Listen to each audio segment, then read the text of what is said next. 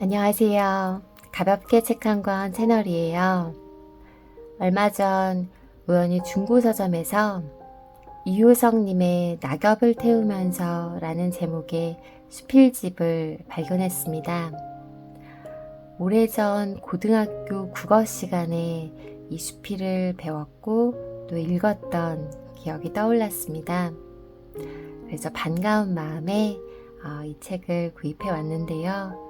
오늘은 여러분들과 짧은 수필 한 편 읽고 싶습니다. 낙엽을 태우면서 가을이 깊어지면 나는 거의 매일같이 뜰에 낙엽을 긁어모으지 않으면 안 된다. 날마다 하는 일이었만 낙엽은 어느덧 날고 떨어져서 또다시 쌓이는 것이다. 낙엽이란 참으로 이 세상 사람의 수요보다도 많은가 보다. 30여 평에 차지 못하는 뜰이었만 날마다의 시중이 조련치 않다. 벚나무, 능금나무, 제일 귀찮은 것이 벽의 담쟁이다.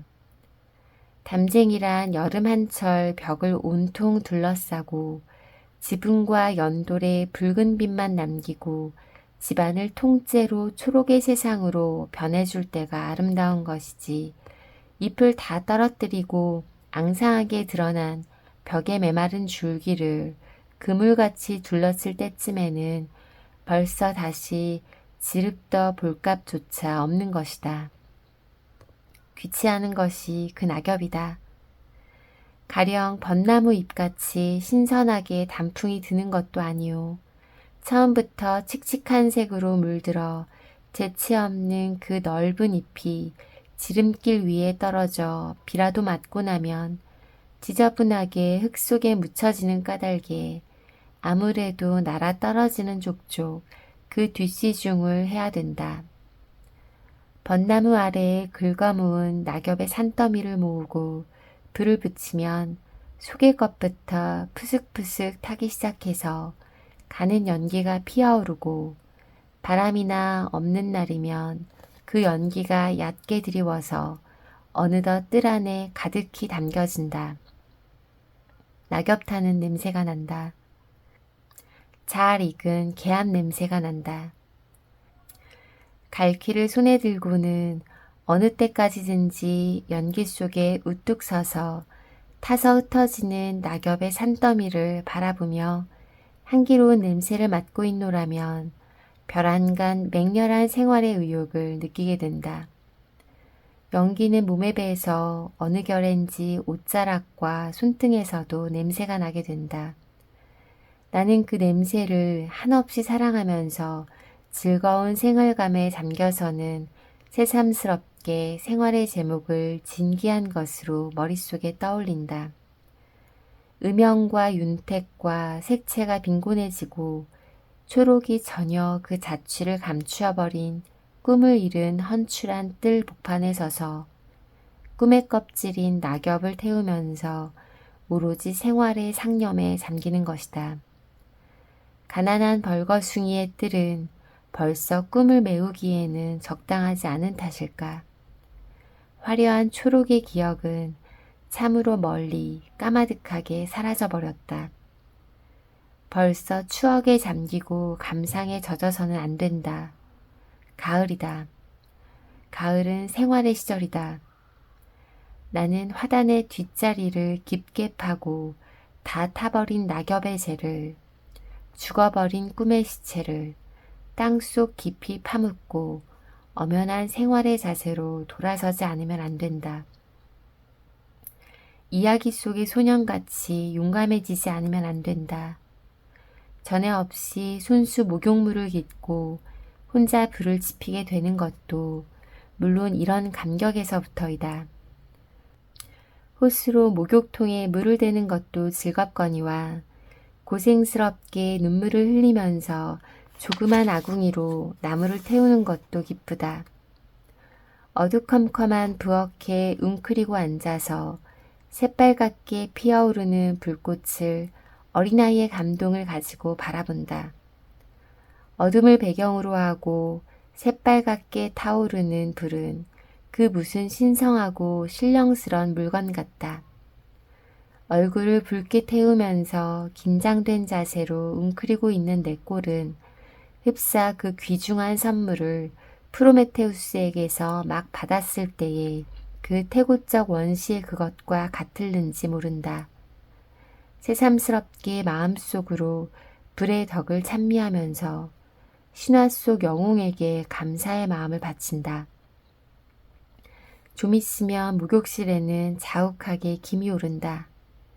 안개 깊은 바다의 복판에 잠겼다는 듯이 동화의 감정으로 마음을 장식하면서 목욕물 속에 전신을 깊숙이 잠글 때 바로 천국에 있는 듯한 느낌이 난다. 지상 천국은 별다른 곳이 아니다. 늘 들어가는 집안의 목욕실이 바로 그곳인 것이다. 사람은 물에서 나서 결국 물 속에서 천국을 구하는 것이 아닐까? 물과 불과 이 두 가지 속에 생활은 요약된다. 시절의 의욕이 가장 강렬하게 나타나는 것은 이 두 가지에 있어서다.